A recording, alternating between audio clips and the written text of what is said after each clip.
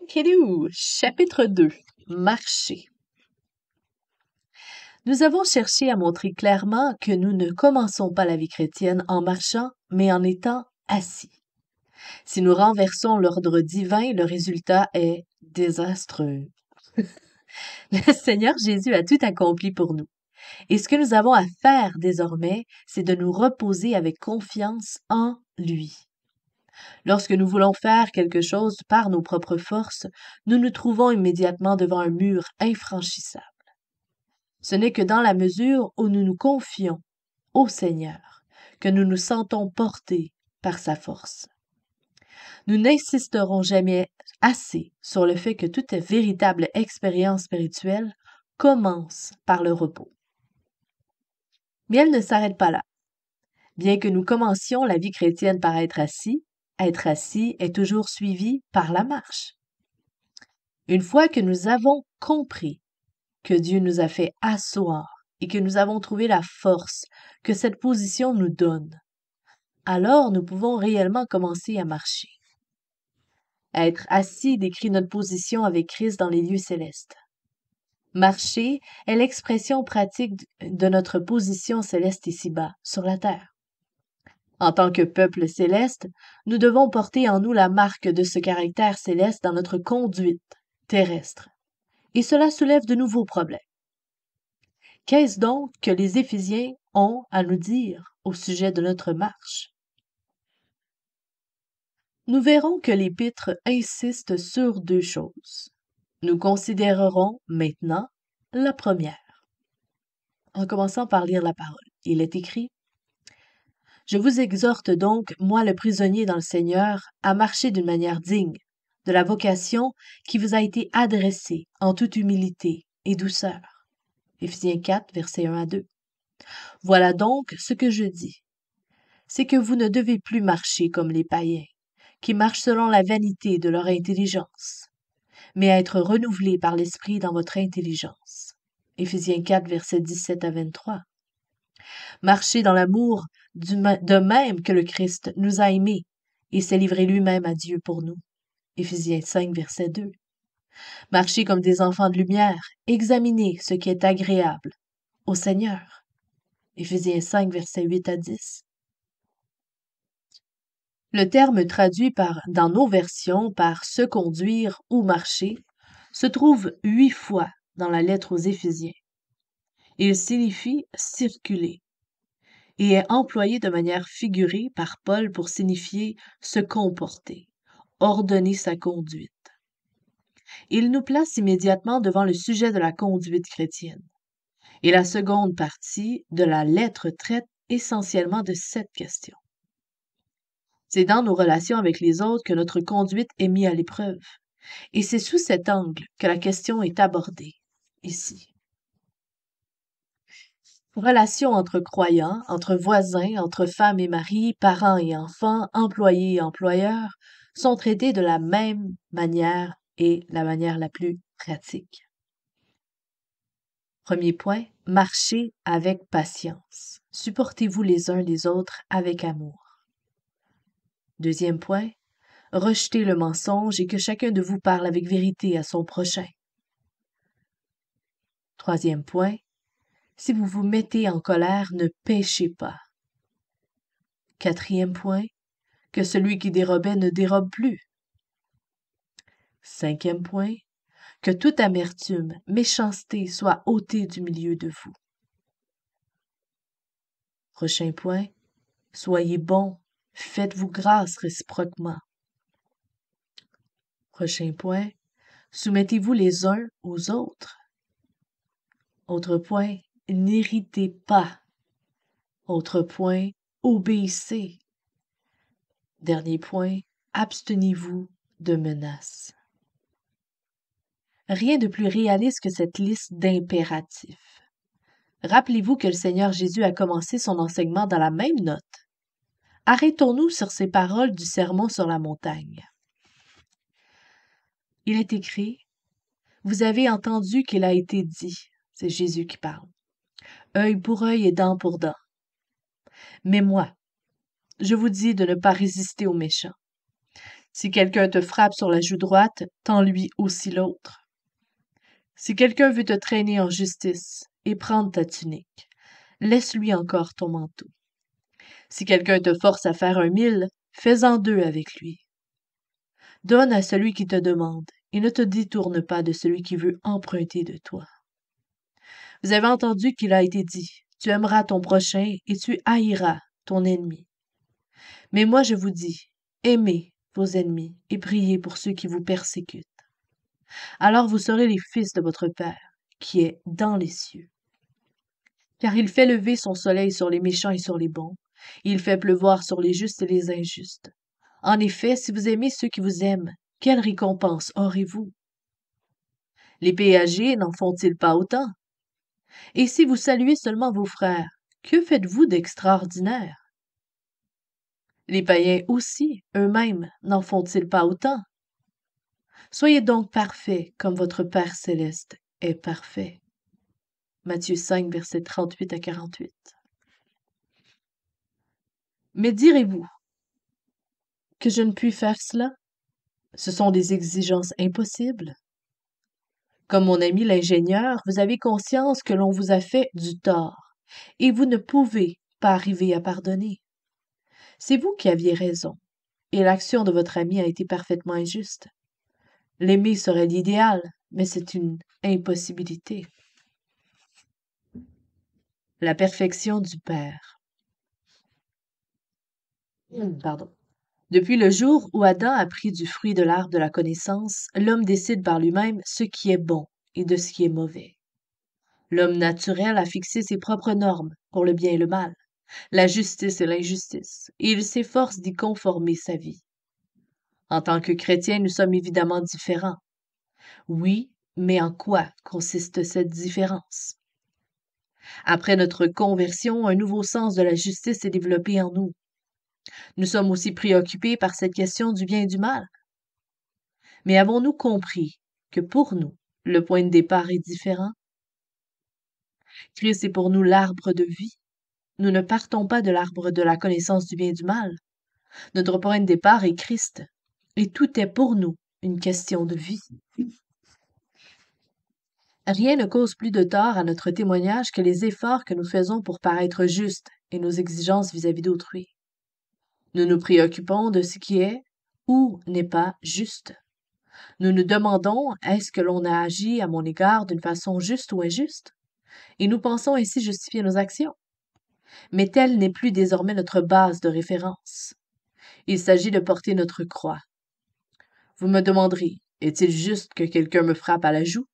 Je répondrai, certainement pas. Mais ne désirez-vous pas uniquement avoir raison? Pour nous chrétiens, la règle de vie ne doit pas être le bien ou le mal, mais la croix. Le principe de la croix est le principe de notre conduite. Par la grâce de Dieu, le soleil brille sur les bons et sur les méchants. C'est sa grâce qui importe, et non ce qui est bien ou mal. Voilà donc aussi notre règle. Faites-vous grâce réciproquement comme Dieu vous a fait grâce en Christ. Éphésiens 4, verset 32. Bien ou mal, c'est le principe des païens et des péagers. Ma vie doit être gouvernée par le principe de la croix et de la perfection du Père. Soyez donc parfaits comme votre Père céleste est parfait. Matthieu 5, verset 48. Un frère en Chine du Sud avait un champ de riz situé sur la pente d'une colline. En temps de sécheresse, il employait une roue hydraulique mue par une pompe pour faire monter l'eau d'irrigation dans son champ. Son voisin possédait 2 champs en dessous du sien, et une nuit, il détourna le courant pour irriguer son propre champ, en faisant une brèche dans le canal. Lorsque notre frère eut réparé la brèche et pompé davantage d'eau, le voisin fit la même chose, et cela à 3 ou 4 reprises. Il consulta alors ses frères. J'essayai d'être patient et de ne pas me venger, dit-il. Mais est-ce juste? Après qu'ils n'eurent prié ensemble, l'un d'eux répondit. Si nous essayons seulement de faire ce qui est juste, nous sommes des piètres chrétiens. Nous devons faire plus. Ce frère fut très impressionné. Le matin suivant, il fit monter l'eau nécessaire pour les 2 champs, qui étaient en dessous du sien, et dans l'après-midi, il pompa l'eau pour arroser son propre champ. Après cela, l'eau resta dans son champ. Son voisin fut si surpris de son action qu'il se mit à en chercher la raison, et bientôt il devint chrétien. Non, mes frères et sœurs, ne défendons pas nos droits. Ne pensons pas parce que nous avons fait le second mille, nous avons fait ce qui était juste. Le second mille n'est qu'une image du troisième et du quatrième. Le principe est celui de notre conformité à Christ. Nous n'avons pas à nous défendre ou à exiger quoi que ce soit. Nous n'avons qu'à donner. Lorsque le Seigneur Jésus est mort sur la croix, ce n'était pas pour défendre nos droits. C'est sa grâce qui l'y a fait monter. Maintenant, nous, ses enfants, nous essayons toujours de donner aux autres ce qui leur est dû et davantage. N'oublions pas que souvent nous n'avons pas raison. Nous devons tirer la leçon des fautes que nous commettons et être toujours prêts non seulement à faire ce qui est juste, mais encore à faire plus qu'il n'est nécessaire. C'est ce que le Seigneur désire. Et pourquoi? Alors vous serez fils de votre Père qui est dans les cieux. Matthieu 5, verset 45. C'est un aspect pratique de notre position de fils. Il est vrai, Dieu nous a prédestinés par Jésus-Christ à être adoptés selon les desseins bienveillants de sa volonté. Éphésiens 1, 5. Mais nous commettons l'erreur de penser que nous avons déjà atteint la majorité, que nous sommes déjà des fils mûrs. Le sermon sur la montagne nous enseigne que les enfants deviennent véritablement des fils, dans la mesure où ils manifestent le même esprit et la même attitude que leur père. Nous sommes appelés à être parfaits dans l'amour, à manifester sa grâce. C'est ce que Paul écrit aussi. Soyez donc les imitateurs de Dieu, comme des enfants bien-aimés, et marchez dans l'amour de même que le Christ nous a aimés et s'est livré lui-même à Dieu pour nous. C'est un défi, le 5e chapitre de Matthieu, établit un idéal qui nous semble beaucoup trop élevé, impossible à atteindre. Et Paul confirme cette pensée dans ce passage des Éphésiens. La difficulté est que nous ne trouvons pas en nous-mêmes, dans notre propre nature, le moyen d'atteindre ce niveau de marcher comme il convient à des saints.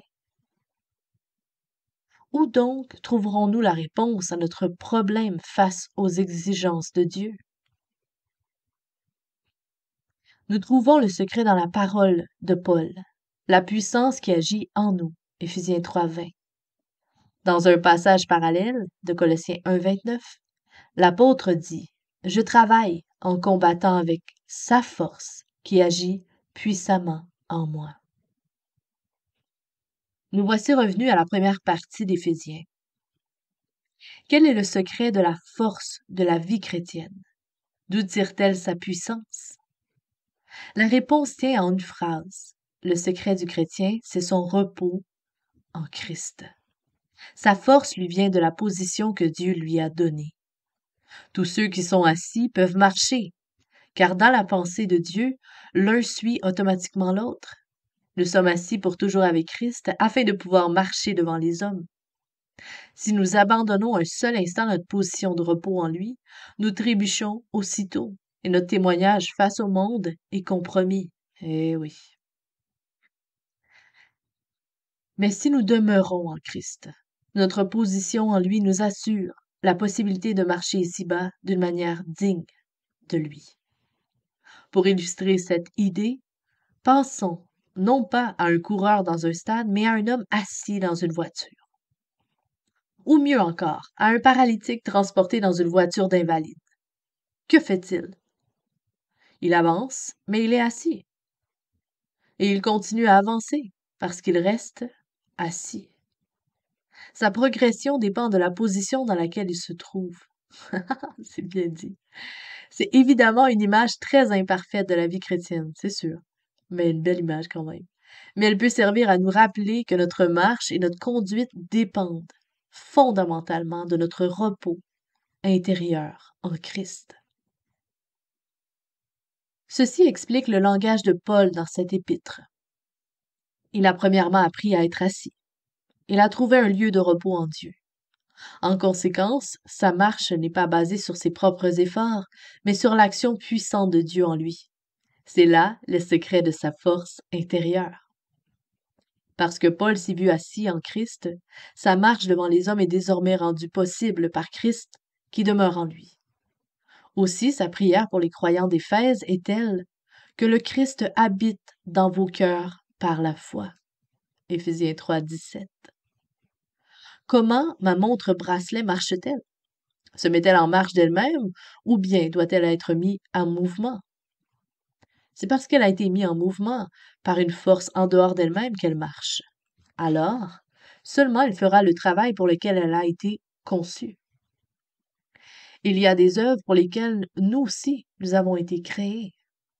Nous sommes son ouvrage. Nous avons été créés en Christ Jésus pour des œuvres bonnes que Dieu a préparées d'avance afin que nous les pratiquions. Éphésiens 2:10. Ce qui s'exprimait d'une manière visible dans la vie de l'apôtre Paul n'était que la manifestation d'une action intérieure de Dieu en lui. Dieu lui-même accomplissait quelque chose en Paul. Il agissait puissamment en lui. C'est pourquoi il était possible à Paul d'accomplir quelque chose de visible.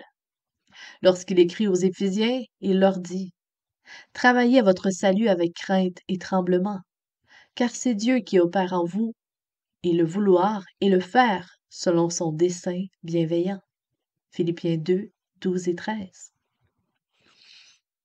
Ce que Dieu fait en nous, manifestons-le au dehors. C'est le secret. Mais il faut que nous permettions à Dieu de le faire en nous. Sinon, il est inutile d'essayer de le manifester. Amen. Nous essayons souvent d'être humbles et doux, sans savoir ce que c'est que de permettre à Dieu de produire en nous l'humilité et la douceur de Christ. Nous essayons de témoigner de l'amour et n'en trouvant pas en nous, nous demandons au Seigneur de nous en donner. Et nous sommes alors surpris de ce qu'il ne semble pas vouloir nous en donner. Permettez-moi de revenir à une illustration déjà donnée plus haut. Peut-être y a-t-il un frère que vous trouvez très pénible et avec lequel vous avez constamment des difficultés. Chaque fois que vous le rencontrez, il dit ou fait quelque chose qui vous irrite. Cela vous trouble. Vous dites, je suis chrétien et je devrais l'aimer. Je désire l'aimer en vérité, je veux l'aimer. Et vous priez ainsi de tout votre cœur. Seigneur, augmente mon amour pour lui. Ensuite, résolu à vous dominer et rassemblant toute votre volonté, vous partez avec le désir sincère de lui manifester cet amour pour lequel vous avez prié. Mais, hélas, dès que vous vous retrouvez en sa présence, toutes vos bonnes résolutions sont anéanties. Son attitude n'est pas faite pour vous encourager, bien au contraire. Votre irritation revient et vous pouvez tout au plus lui manifester de la politesse. Pourquoi cela? Vous n'aviez certainement pas tort en demandant à Dieu de vous donner de l'amour. Non, mais vous aviez tort en recherchant cet amour comme quelque chose en soi. Vous aviez tort de vouloir utiliser son don pour accomplir dans la force de votre propre volonté ce que Dieu lui-même voulait accomplir au travers de vous par la force de son amour. C'est là que réside la différence. Puissions-nous la discerner? Voilà le côté positif. Voilà pour le côté positif.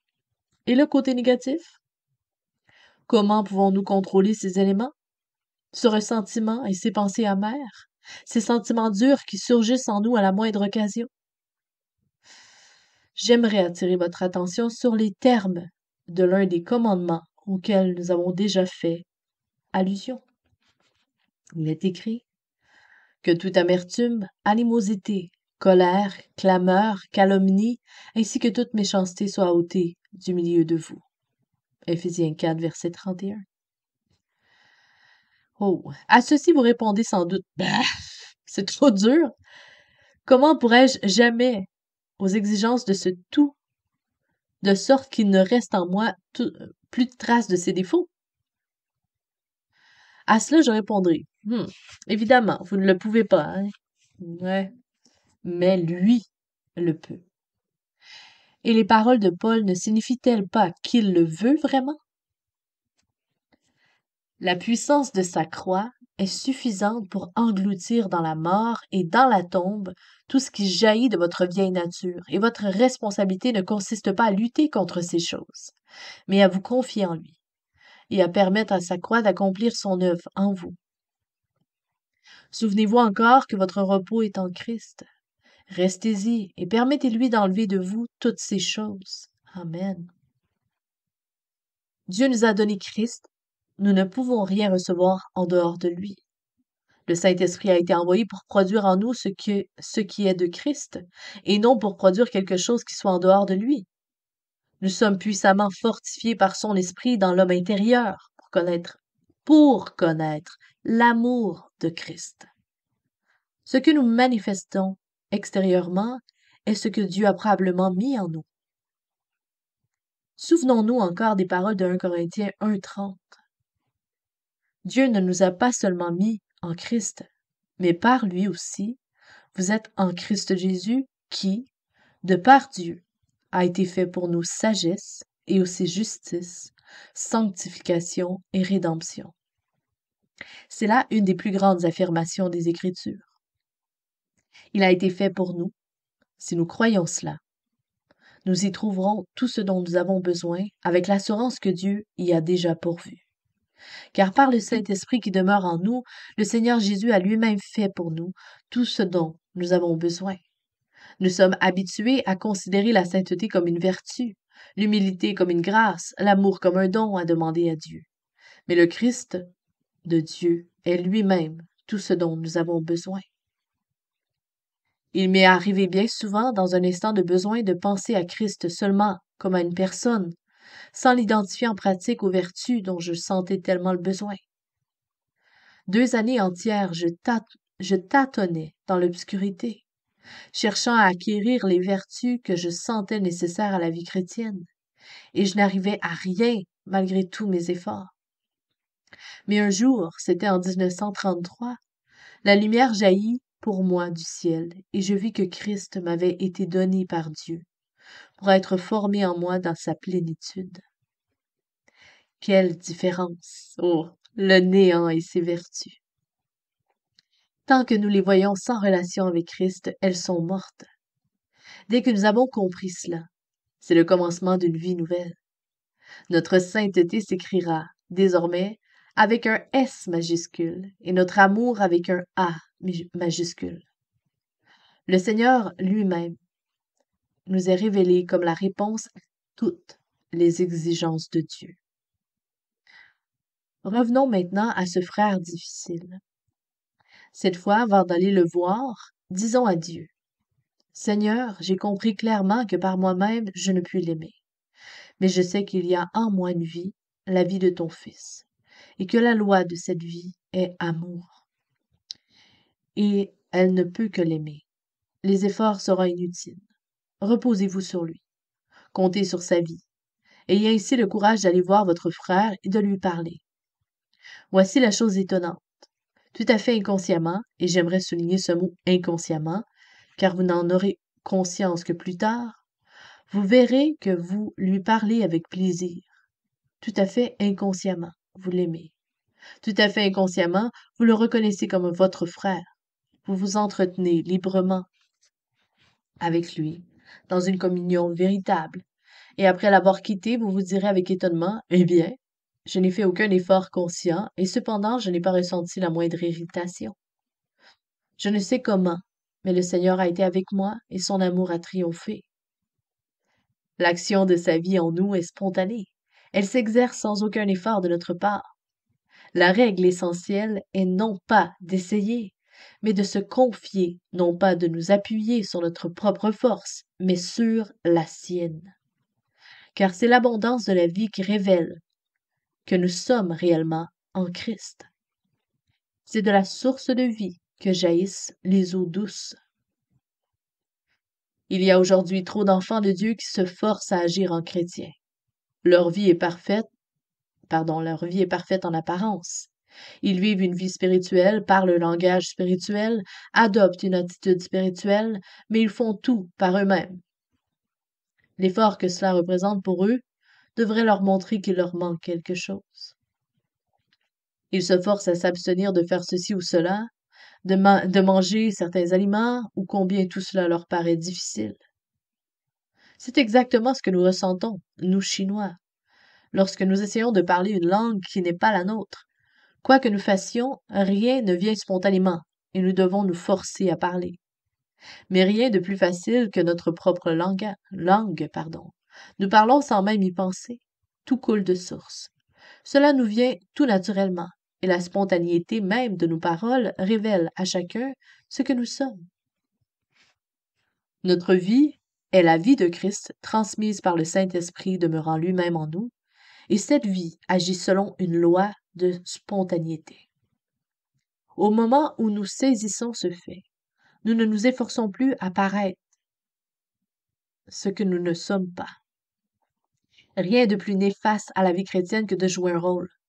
Au contraire, une grande bénédiction s'ensuit lorsque nous abandonnons nos efforts et lorsque nos paroles, nos prières, notre vie, même, expriment librement et spontanément la vie qui est en nous. N'avons-nous pas découvert combien le Seigneur est bon? Alors, il est tout aussi bon en nous. Sa puissance n'est-elle pas grande? Oui. Eh bien, elle n'est pas moins grande en nous. Que Dieu soit loué, sa vie est toujours aussi puissante, et dans les vies de ceux qui osent croire à sa parole, sa vie se manifeste par une force tout aussi puissante qu'au temps ancien. Que voulait dire notre Seigneur par ces paroles? Si votre justice n'est pas supérieure à celle des scribes et des pharisiens, vous n'entrerez point dans le royaume des cieux, en Matthieu 5,20. Nous avons vu plus haut comment, à partir de cette déclaration, il établit le contraste entre les exigences de la loi de Moïse et ses propres exigences. Par l'emploi répété de ces mots, vous avez entendu dire, vous avez entendu qu'il a été dit. Mais Jésus répond, mais moi, je vous dis. Pendant des siècles, les hommes avaient cherché à observer les premières règles sans y réussir. Comment le Seigneur osait-il élever le niveau encore plus haut? Il ne pouvait le faire que parce qu'il croyait en la puissance de sa propre vie. Il ne craint pas de s'imposer à lui-même les exigences les plus sévères. Nous pouvons trouver un réconfort dans la lecture des lois du royaume, telles qu'ils nous sont présentées dans les chapitres 5 et 7 de l'Évangile de Matthieu. Car elles nous prouvent la confiance absolue que le Seigneur place dans sa propre vie et qu'il a communiquée à ses enfants. Ces 3 chapitres nous montrent l'appréciation divine de la vie divine. Le niveau de ses exigences nous montre combien grande est sa confiance dans les ressources qu'il a mises à notre disposition pour y satisfaire. Faut-il faire face à une situation difficile? Un problème de bien ou de mal? Inutile de recourir à l'arbre de la connaissance. Nous avons Christ, et lui a été fait pour notre sagesse de la part de Dieu. La loi de l'esprit de vie en Jésus-Christ nous communique continuellement son appréciation de ce qui est bien ou mal, et avec elle, l'attitude d'esprit requise par la situation. Il y aura de plus en plus de quoi heurter notre sens de la justice et éprouver nos réactions. Il nous faut apprendre le principe de la croix. Notre règle désormais n'est plus celle du vieil homme, mais celle de l'homme nouveau. Apprendre à nous dépouiller, à cause de notre conduite passée, de la vieille nature qui se corrompt par les convoitises trompeuses, être renouvelé par l'esprit dans votre intelligence, et revêtir la nature nouvelle, créée selon Dieu, dans une justice et une sainteté que produit la vérité. Seigneur, je n'ai pas de droit à défendre. Tout ce que j'ai, je l'ai par ta grâce et tout est en toi. Je connais une vieille chrétienne japonaise qui fut dérangée par un voleur qui s'est introduit dans sa maison. Dans sa foi au Seigneur, simple mais pratique, elle prépara un repas à l'homme, puis lui offrit ses clés. L'homme fut confondu devant l'action de cette sœur, et Dieu lui parla. Par le témoignage de cette femme, cet homme est aujourd'hui un frère en Christ. Il y a trop de chrétiens qui possèdent toute la doctrine et dont la vie est une contradiction avec elle. Ils connaissent tout ce que renferment les chapitres 1 à 3 des Éphésiens, mais ne mettent pas en pratique les chapitres 4 à 6. Mieux vaudrait n'avoir pas la doctrine plutôt que la contredire par sa vie. Dieu nous a-t-il demandé quelque chose? Alors appuyons-nous sur Dieu pour avoir la force de faire ce qu'il nous demande. Puisse le Seigneur nous enseigner que le principe de la vie chrétienne consiste à aller au-delà de ce qui est juste pour faire ce qui lui plaît. Racheter le temps. Ah oui. Mais il reste encore à ajouter quelques mots à ce que nous venons de dire sur la marche chrétienne. Ce mot marcher, comme nous avons déjà pu le comprendre, a une autre signification. Il a trait premièrement à la conduite ou à la manière d'être, mais il renferme aussi l'idée de progression. Marcher, c'est avancer et continuer. Et nous aimerions maintenant considérer cet aspect de notre marche en avant, vers un but. Il est écrit: Veillez donc avec soin sur votre conduite, non comme des fous, mais comme des sages. Rachetez le temps, car les jours sont mauvais.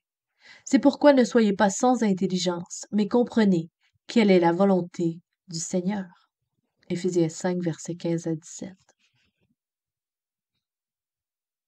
Dans ce passage, la différence entre sagesse et folie est liée à la notion de temps. Votre conduite comme des hommes sages, rachetez le temps, ne soyez pas sans intelligence. C'est un point important. J'aimerais vous rappeler deux autres passages dans lesquels ces notions sont également rapprochées. Il est écrit: Alors le royaume des cieux sera semblable à 10 vierges. 5 d'entre elles étaient folles et 5 étaient sages. Les folles, en prenant leurs lampes, ne prirent pas l'huile avec elles. Au milieu de la nuit, il y eut un cri, et voici l'époux, sortez à sa rencontre. Alors toutes ces vierges se levèrent et préparèrent leurs lampes. Les folles dirent aux sages: Donnez-nous de votre huile, car nos lampes s'éteignent. Pendant qu'elle allait en acheter, l'époux arriva. Celles qui étaient prêtes entrèrent avec lui au festin des noces, et la porte fut fermée. Plus tard, les autres vierges arrivèrent aussi. Matthieu 25, verset 1 à 13. Je regardais, et voici l'agneau debout sur la montagne de Sion, et avec lui 144 000 personnes qui avaient son nom et le nom de son Père écrit sur leur front. Ils sont vierges. Ils suivent l'agneau partout où il va. Ils ont été rachetés d'entre les hommes comme des prémices pour Dieu et pour l'agneau, et dans leur bouche il ne s'est pas trouvé de mensonge. Ils sont irréprochables. Apocalypse 14, versets 1 à 5. De nombreux passages de l'Écriture nous assurent que ce que Dieu a commencé, il l'achèvera. Notre Sauveur est un Sauveur parfait. Aucun chrétien authentique ne sera à moitié sauvé. Dieu rendra parfait tout homme qui a foi en lui. C'est ce que nous croyons, et gardons-le à l'esprit pour ce qu'on va dire maintenant. Avec Paul, nous sommes persuadés que celui qui a commencé en nous une œuvre bonne en poursuivra l'achèvement jusqu'au jour de Jésus-Christ. Philippiens 1,6. Il n'y a point de limite à la puissance de Dieu. Il peut vous faire paraître devant sa gloire irréprochable dans l'allégresse. Jude 24. Je sais en qui j'ai cru, et je suis persuadé qu'il a la puissance de garder mon dépôt jusqu'à ce jour. Il peut, par la puissance qui agit en nous, faire infiniment au-delà de tout ce que nous demandons et pensons. Éphésiens 3, verset 20.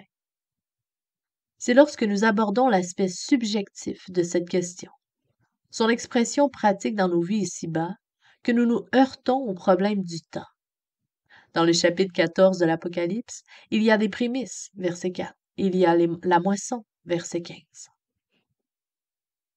Quelle est la différence entre la moisson et les prémices? Ce n'est certainement pas une question de qualité, car toute la récolte est identique. C'est uniquement le moment de leur maturité qui les différencie. Quelques fruits atteignent la maturité avant les autres et sont ainsi les prémices. Ma ville natale, dans la province de Fujian, est renommée pour ses orages. Je dirais, et c'est sans doute un parti pris, qu'il n'y en a pas de semblable dans le monde entier. Lorsque l'on regarde les collines au commencement de la saison des orages, tous les bosquets paraissent verts. Mais si on regarde plus attentivement, on aperçoit ici et là des oranges dorés qui déjà apparaissent. C'est un beau tableau que ces taches d'or semées parmi les arbres d'un vert foncé. Plus tard, toute la récolte sera mûre et les bosquets se changeront en or. Mais pour l'instant, ce sont ces premiers fruits qui sont recueillis. Ils sont soigneusement recueillis et ce sont eux qui atteindront au marché les prix les plus élevés, parfois le triple du prix de la récolte. Tous arriveront à maturité d'une manière ou d'une autre.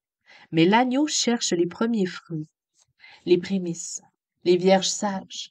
Dans les paraboles, ce ne sont pas celles qui ont mieux agi, ce sont celles qui ont agi plus tôt que les autres. Les autres, remarquons-le, étaient aussi des vierges, folles sans doute, mais non fausses. Avec les sages, elles étaient allées à la rencontre de l'époux. Elles avaient de l'huile dans leurs lampes et leurs lampes brûlaient.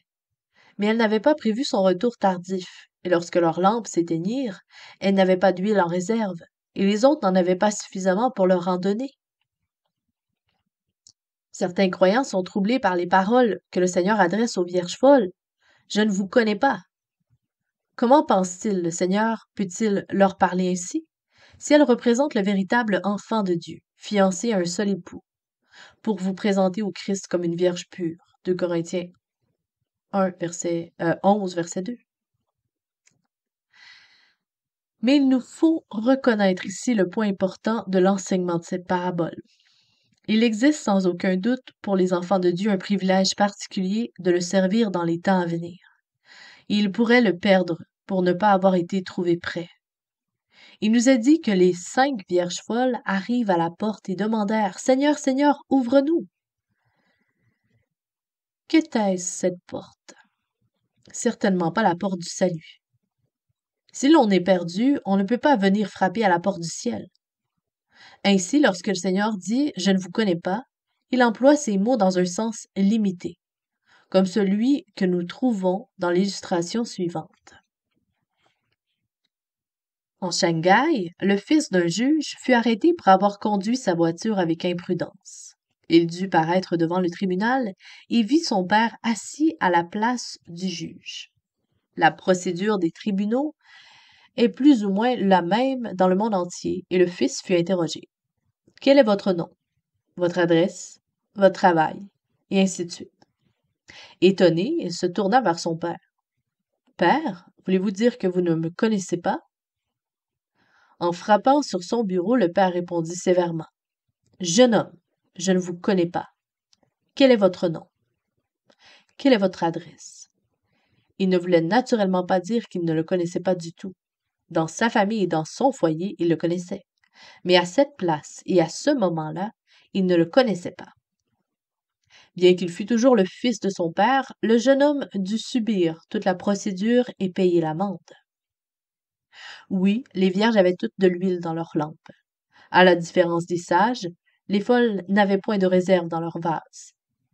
En tant que vraies chrétiennes, elles ont la vie en Christ et elles ont un témoignage devant les hommes. Mais leur témoignage n'est pas persévérant, car elles vivent au jour le jour, d'après l'impulsion du moment. Elles ont l'esprit, mais elles ne sont pas, pourrions-nous dire, remplies de l'esprit. Lorsque la crise arrive, elles doivent aller acheter de l'huile. Il est évident que, à la fin, toutes les 10 en auront suffisamment. Mais la différence est que les sages eurent suffisamment d'huile au bon moment, tandis que les folles finirent par en avoir, mais trop tard, pour que cette huile serve à l'usage auquel elle est destinée. Tout est une question de temps. Et c'est cela que le Seigneur cherche à faire comprendre lorsqu'à la fin de la parabole, il exhorte ses disciples à ne pas se contenter d'être des disciples, mais à être des disciples vigilants. Il est écrit, « Ne vous enivrez pas de vin, c'est de la débauche, mais soyez remplis de l'esprit. » Éphésiens 5, 18. Dans le chapitre 25 de Matthieu, il n'est pas question de la conversion, ni même de l'effusion du Saint-Esprit sur ses serviteurs pour des dons spirituels. Il s'agit de l'huile en réserve dans le vase afin que la lumière puisse être entretenue, quelle que soit la longueur de l'attente, grâce à l'action continue et miraculeuse de l'Esprit en nous. Car si dans la parabole il y a une lampe et un vase, nous sommes en réalité la lampe et le vase. Quel chrétien pourrait-il réellement vivre dans le ciel s'il ne connaissait pas cette plénitude intérieure? C'est pourquoi le Seigneur prend la peine de nous amener à la connaissance de cette plénitude dès maintenant. Veillez donc, puisque vous ne savez ni le jour ni l'heure.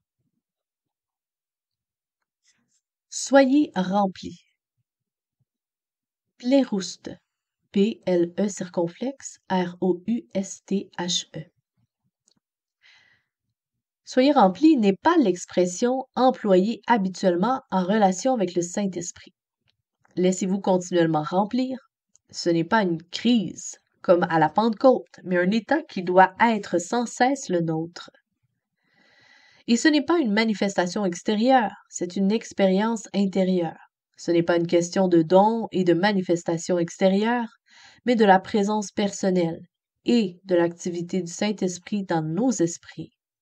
Une garantie que la lumière qui est dans le vase brûlera sans s'éteindre, longtemps après minuit s'il le faut. Mais il y a plus que l'aspect strictement personnel, comme l'indique le verset suivant.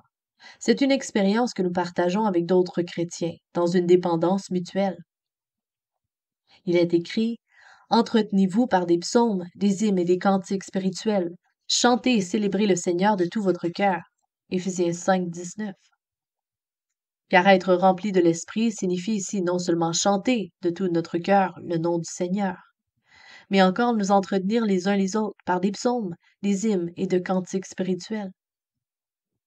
Quelques-uns d'entre nous trouvent peut-être qu'il est facile de chanter en solo, mais beaucoup plus difficile de chanter en mesure et en harmonie dans un chœur ou même un duo. Et cependant, ce message sur l'unité dans l'esprit est au cœur de notre seconde partie des Éphésiens. Voyez, il est écrit « Vous efforçant de conserver l'unité de l'esprit par le lien de la paix. En disant la vérité avec amour, nous croîtrons à tout égard en celui qui est le chef, Christ. De lui le corps tout entier bien ordonné et cohérent, grâce à tous les jointures qui se soutiennent fortement, tire son accroissement dans la mesure qui convient à chaque partie et s'édifie lui-même dans l'amour. » Éphésiens 4, verset 3 et versets 15 à 16. La plénitude de l'Esprit nous est donnée afin que nous chantions ensemble un cantique nouveau devant le trône. Pour en rester à notre pensée, répétons que la folie ou la sagesse tient à un seul point. Si nous sommes sages, nous cherchons à atteindre cette plénitude le plus tôt possible. Mais si nous sommes fous, nous la remettons à plus tard. Quelques-uns d'entre nous sont parents et ont des enfants. Combien ces enfants peuvent être différents de caractère? L'un obéira aussitôt et l'autre espérera en temporisant. Pouvoir éviter d'obéir, pardon. S'il en est ainsi, et si vous êtes assez faible pour lui permettre de trouver une échappatoire, celui qui aura temporisé sera le sage, car il réussira à ne rien faire. Mais si votre ordre est formel et qu'ils doivent pour finir être exécutés, c'est certainement celui qui aura obéi sur le champ qui sera le sage. Soyons bien au clair au sujet de la volonté de Dieu. Si les paroles de Dieu peuvent être prises à la légère, ce n'est pas être insensé que d'essayer d'échapper à leur implication. Mais si Dieu est un Dieu immuable, si sa volonté est immuable, soyons sages, rachetons le temps. Cherchons à avoir par-dessus tout cette réserve d'huile dans notre vase, afin d'être remplis de toute la plénitude de Dieu. La parabole ne répond pas à toutes nos questions. Comment les folles se procurent-elles de l'huile? Cela ne nous est pas dit. Il ne nous est pas dit quelle mesure qu'il dit quelle mesure Dieu prendra pour amener finalement tous ses enfants à maturité. Ce n'est pas notre propos maintenant. Il est ici question des prémices. Et on nous exhorte à courir en avant et non pas à spéculer sur ce qui arrivera si nous tardons. C'est important de voir ça. Vous ne pouvez pas vous esquiver pour éviter d'arriver à maturité ou d'en payer le prix. Mais la sagesse est liée au temps. Ceux qui sont sages rachètent le temps. Tout comme mon stylo est rempli et prêt à l'emploi, ainsi, en coopérant avec le Seigneur, le sage donne à Dieu ce dont il a besoin, un instrument toujours prêt à être employé par lui. Regardons l'apôtre Paul. Une passion brûlante le consume. Il a vu que le dessein de Dieu à notre égard est lié à ce moment où les temps seraient accomplis. Il est un de ceux qui ont les premiers espéré en Christ, en se reposant sur un salut qui doit être pleinement révélé dans les siècles à venir. Et en vue de tout cela, que fait-il? Il marche. Encore mieux, il court. Il est écrit « Je cours, mais non pas à l'aventure » dans 1 Corinthiens 9, 26. Je cours vers le but pour obtenir le prix de la vocation céleste de Dieu en Jésus-Christ. Philippiens 3, 14. Lorsque les âmes commencent à comprendre les choses spirituelles et à marcher avec le Seigneur, je pense, oh, si seulement elles avaient pu voir cela 5 ans plus tôt. Le temps est si court, même si nous avançons. Il est si nécessaire de se hâter. Car pensons bien qu'il ne s'agit pas de ce que nous pourrons obtenir, mais de ce que le Seigneur doit avoir maintenant. Le Seigneur a besoin aujourd'hui d'instruments qui soient prêts. Pourquoi? Car les jours sont mauvais. La situation est désespérée dans le monde chrétien. Puissions-nous en prendre conscience. Le Seigneur pourrait avoir à nous traiter avec une grande rigueur. Paul s'est écrié « Je suis un avorton ». Il avait traversé des crises terribles avant d'arriver au point où il se trouvait alors. Et cependant, il continuait à courir en avant. C'est toujours une question de temps. Dieu pourrait avoir à agir en nous très rapidement, à nous faire passer par des expériences profondes en peu de temps. Mais son dessein doit s'accomplir. Alléluia.